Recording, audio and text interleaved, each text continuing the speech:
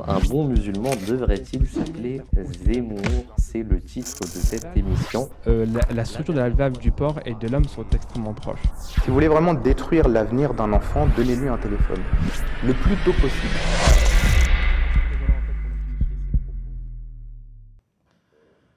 Bon, salam alaikum à tout le monde. Donc voilà, donc on a notre frère Samir Saeb. Salam alaikum wa rahmatullahi wa barakatuh. Donc vous avez déjà commencé la fois dernière une partie donc sur les métiers de l'informatique. Vous allez poursuivre un petit peu ça parce que c'est un sujet assez vaste qui va se faire sur plusieurs émissions. Et donc je vais vous laisser la parole et bien sûr je ne manquerai pas de vous poser quelques petites questions des fois qu'il y a des choses qui me posent problème. Pas de Allez-y. problème. Oui, salam alaikum wa rahmatullahi wa barakatuh, chers téléspectateurs. Donc, je vais reprendre la cartographie qu'on a vue ensemble et laquelle on n'a pas pu rentrer en profondeur. Donc, on va partir du haut du chapeau, on va dire.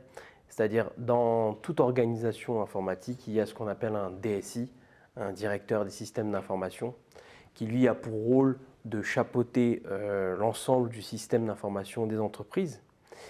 Et notamment, il est responsable de tout ce qui est sécurité, budget et fonctionnement de tout le système informatique.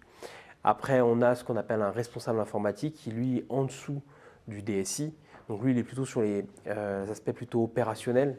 Il va rendre compte, lui, il va s'assurer que toute la stratégie qui a été mise en œuvre, qui a été décidée par le DSI, elle a bien été mise en place par les différents responsables.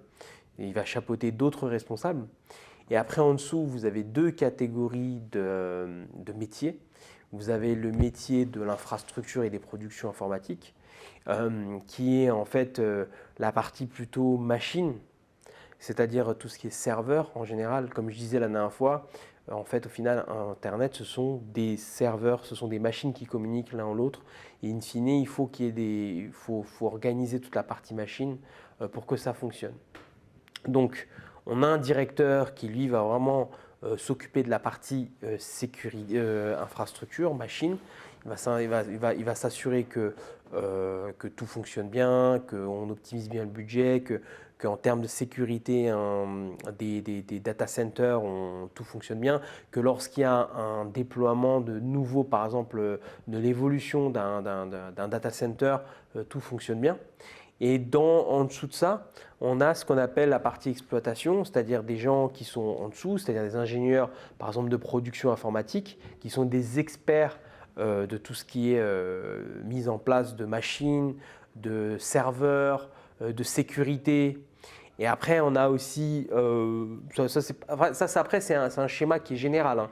Mais tout le monde. Une petite question du chat, justement, j'en profite là, qui est en rapport avec ce que vous dites. Alors, je ne sais pas si c'est un rapport, mais en tout cas, il y a un frère qui vous pose la question, qu'est-ce que le CEO?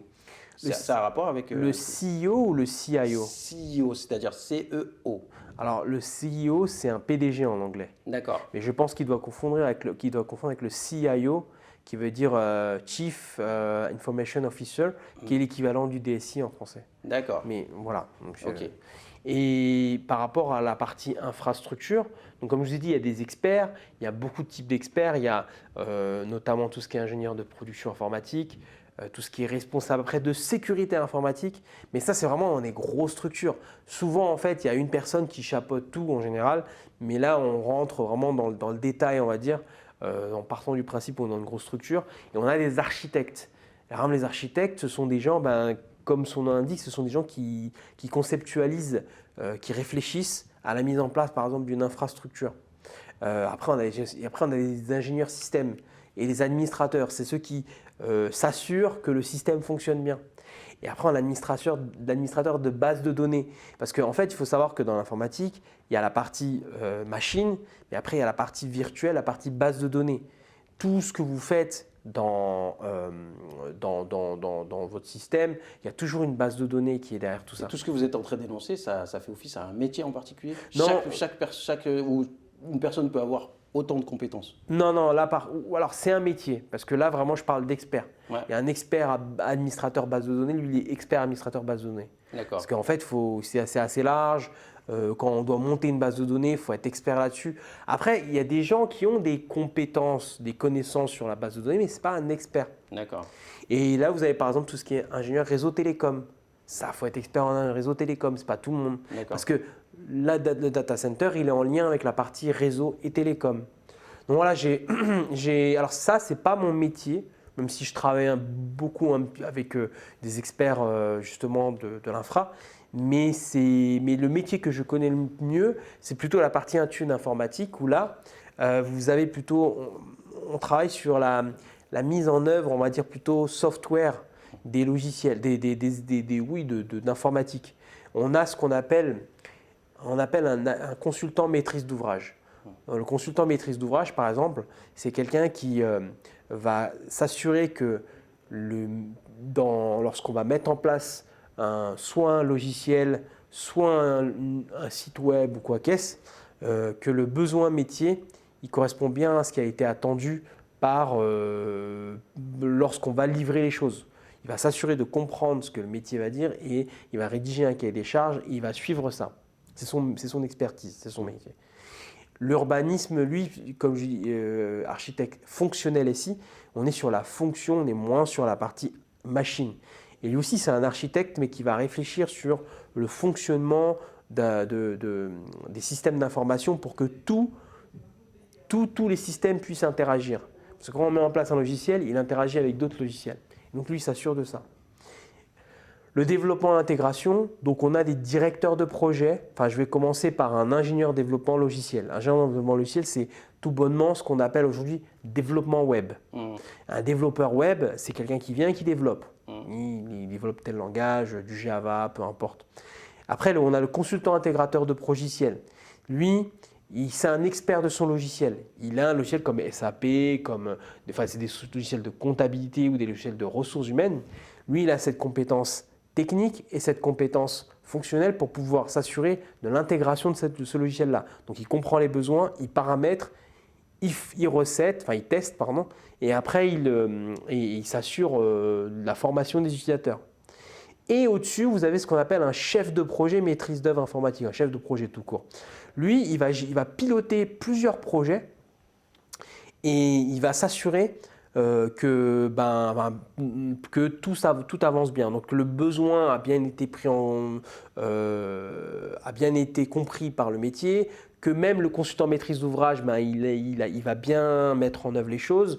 Il va planifier tout ça et il va s'assurer que ce planning a bien été respecté et que le budget également a été respecté. Mais justement, juste parce que là on énumère tous les types de corps de métier, mais comment on y accède à ces métiers? Par exemple, est-ce qu'un développeur informatique, c'est le démarrage, il commence comme ça, puis il peut évoluer, monter chef de projet et aller plus loin? Est-ce qu'il y a des interconnexions?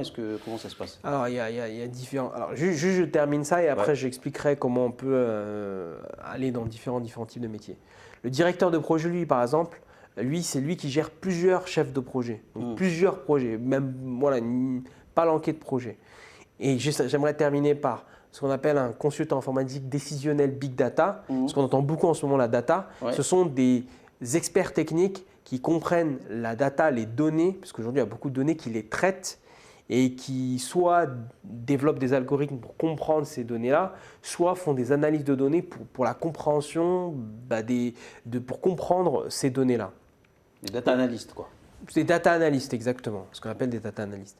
Okay. Et ce que vous disiez, c'est quelles sont les passerelles, on passe par quoi pour arriver là.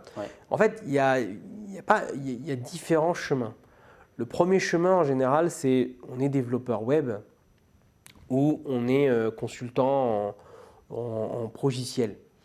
Quand on est consultant web, quand on est développeur web, on a une certaine expertise sur un métier, sur le développement web.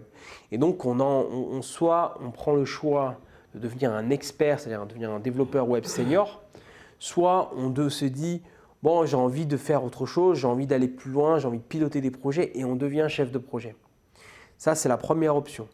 La deuxième option, c'est on a eu différentes expériences en tant que consultant, assistance à maîtrise d'ouvrage par exemple, typiquement ces gens-là, ou sur la partie fonctionnelle. on a fait preuve, on a interagi avec beaucoup de gens techniques, on comprend l'ensemble des différents métiers, comment ça fonctionne, on sait communiquer et donc on passe chef de projet. Mais de toute façon, il y a toujours soit on devient expert, soit on devient chef de projet, directeur de projet, on monte en management. Mais déjà, comment on devient, comment on rentre dans l'informatique? Je veux dire, parce que tout le monde pense que forcément, dès qu'on parle de métier d'informatique, il faut être bon en maths, il faut être bon en physique, il faut avoir fait des études, je ne sais pas, jusqu'en master pour rentrer dans... Est-ce que c'est le cas où aujourd'hui on peut, même si on n'a pas fait toutes ces études, on n'a pas commencé dans l'informatique, est-ce qu'on peut rentrer dans l'informatique, être développeur web, ou même monter jusqu'à MOA? C'est quelque chose qui est à la portée de tous? Alors, c'est pas forcément à la portée... Voilà. C'est à la portée de tous, c'est pas à la portée de tous. C'est à la portée de tous dans le sens où c'est pas à la portée de tous dans le sens où il faut quand même faire un certain cursus école scolaire, soit école d'ingénieur, soit universitaire, qui est quand même dans ce domaine-là. Voilà, ça c'est le parcours classique, simple.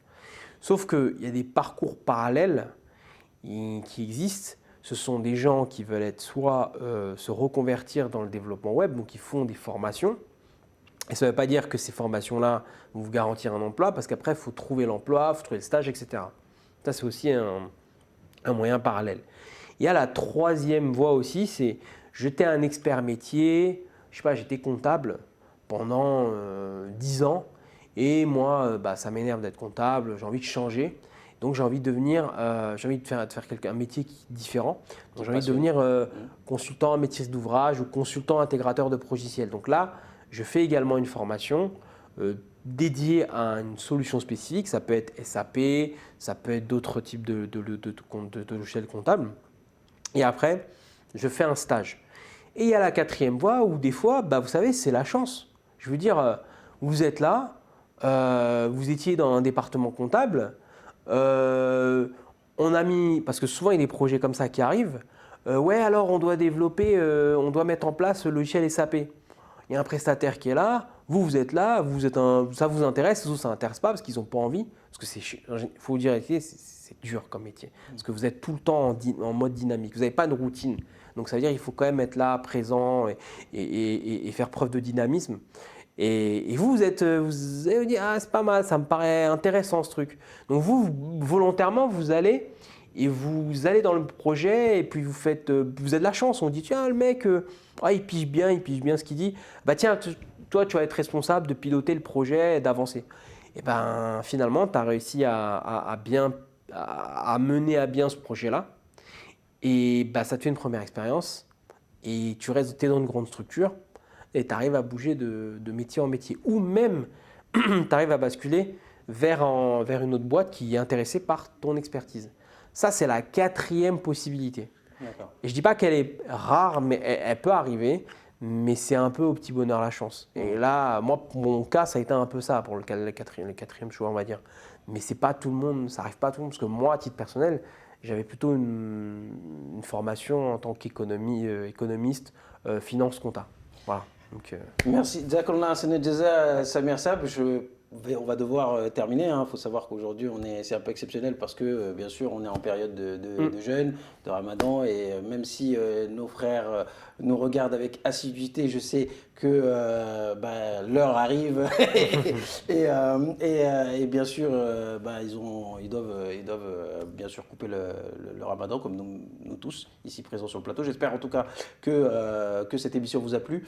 On a été un petit peu court, mais c'est promis, on en reparlera un peu plus si bien sûr vous souhaitez qu'on rentre un peu plus dans le détail sur, bien sûr, comme on avait dit, la détermination du Ramadan, ou on fera peut-être un thème sur le jeûne. Et, on abordera le sujet à la fin du mois. On abordera bien le sujet. La détermination de la fin, justement. Ouais, par rapport à la fin du Ramadan et bien sûr l'Aïd, et on sait que ça va poser pas mal de problèmes, donc on en profitera. Et bien sûr, Samir Saeb reviendra bien sûr pour nous parler encore donc des métiers de l'informatique, de continuer un petit peu, puisque bien sûr c'est assez vaste et il ne peut pas en quelques minutes aborder tous les sujets. Peut-être que s'il y a un frère qui a des questions précises sur un métier précis, je peux aborder ce sujet-là, ce métier. N'hésitez pas justement, voilà, vous pouvez toujours envoyer vos questions sur le chat ou sur l'adresse mail de MTA France qui va s'afficher à l'écran, MTA Français. Je précise bien, MTA français. et donc, vous pouvez bien sûr envoyer vos questions. On se fera un plaisir d'y répondre. Et donc, si vous voulez effectivement que Samir Saeb aborde un métier en particulier, n'hésitez pas à lui formuler et il viendra pour en parler. Jazakumullah sana jaza. Assalamu alaikum wa rahmatullah et bien sûr Ramadan Mubarak et bon iftar à tout le monde. Bon iftar. Salam alaikum. Un bon musulman devrait-il s'appeler Zemmour? C'est le titre de cette émission. La structure de la valve du porc et de l'homme sont extrêmement proches. Si vous voulez vraiment détruire l'avenir d'un enfant, donnez-lui un téléphone. Le plus tôt possible.